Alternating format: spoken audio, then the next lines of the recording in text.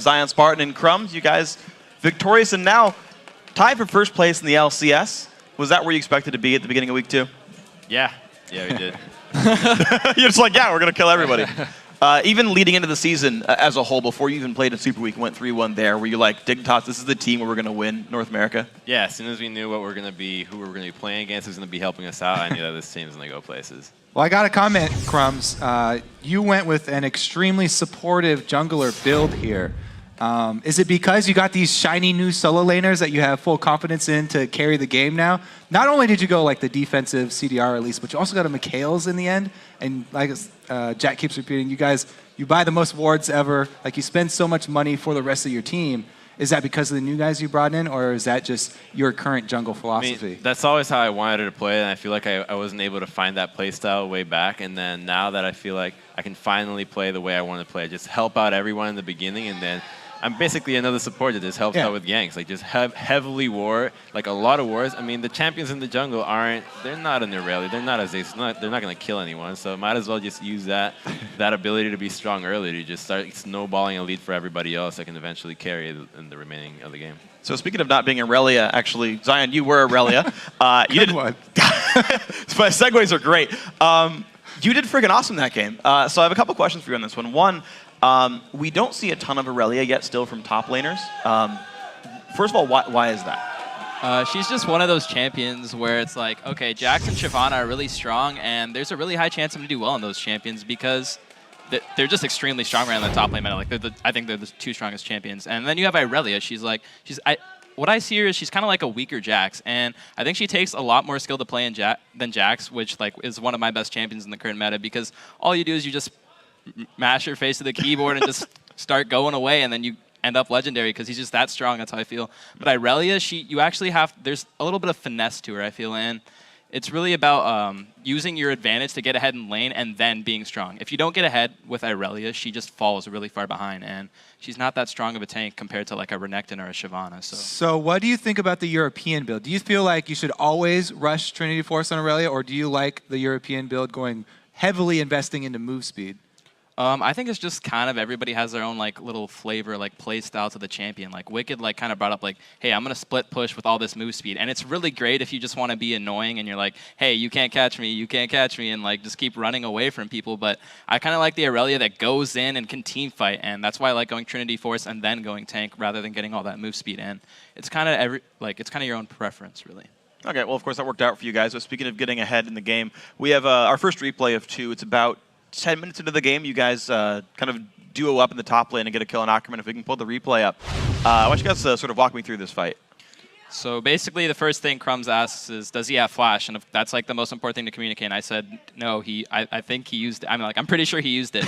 So then right away he tries to go up for the creep, so I just get a free stun on him because I'm lower health than him. And then Crumbs just flashes in for a beautiful flash cocoon, and then we just pick up the kill. I'm just really strong. Yeah.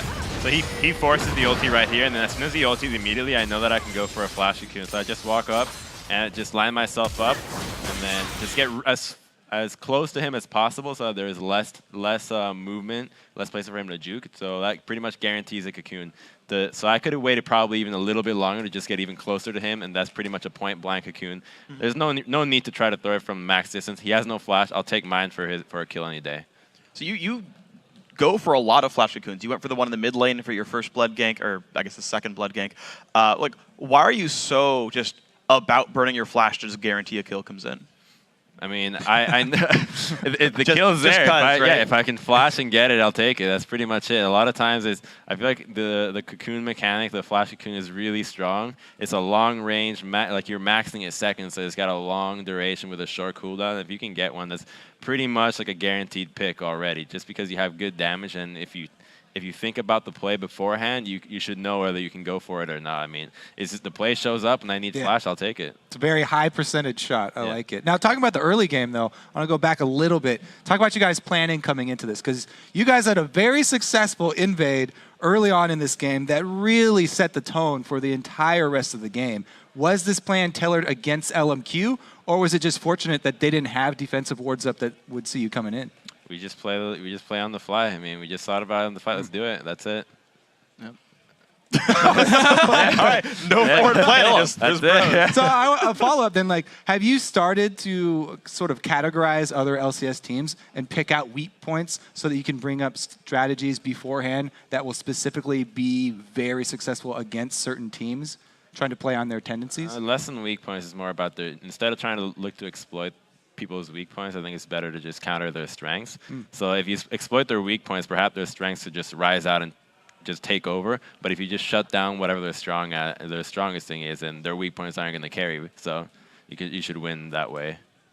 Well, speaking of team strengths and weaknesses, though, we have... that was a good one.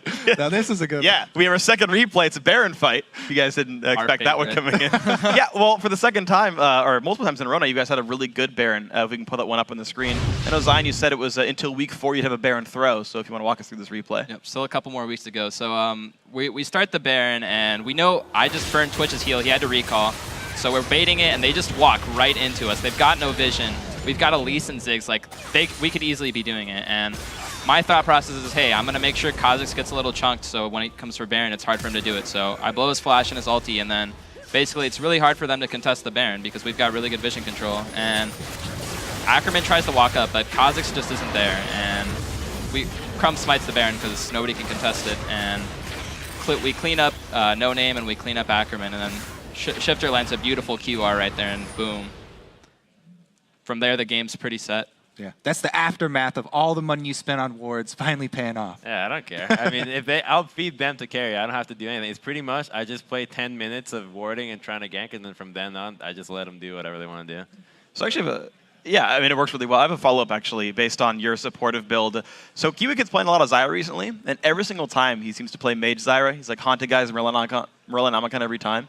Does this work better because you're such a supportive play style and are there for the front line, or is it just like, it's Qi-Lin, he'll do whatever? I think it's irrelevant. I think support Zyra, if you go full AP, is probably just way better because it does so much damage. Like, her base numbers are so huge with the plants, especially if you get like Morello's that on-hit ability, the Leandries. Those spells are so useful during a team fight that if support Zyra gets ahead, it's so hard to come back against her if she goes damage. She goes support, she's still just a squishy plant. Like if she's actual damage, she can deal more damage than your actual AP carry. So I feel like it's not so much relevant to the ward coverage that I bring. It's more just how the champion works.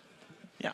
Now that you guys have tied it up for first place, is there anybody who you're looking over your shoulder who you think is the #1 contender to take you guys down? Looking at Worlds. Looking at Worlds. Not looking over your shoulder, looking forward in time, looking at the future. Looking for the Koreans. TSM tomorrow. Okay. How's that game going to go? I think we're going to beat TSM. I think they looked really... CLGC destroyed them. So to be fair, last time you were on this desk, you said you don't understand any teams, but Curse will going to be easy. Yeah, I'm not taking it back.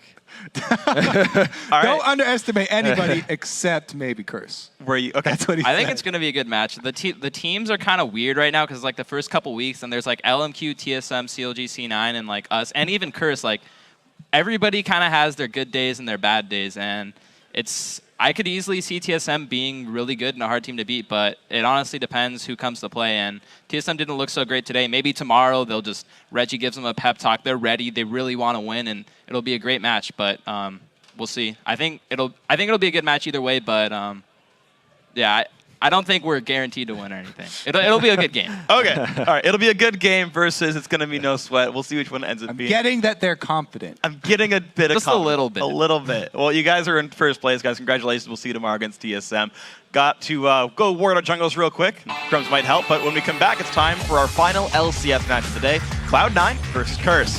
2014 Summer Split continues right after this.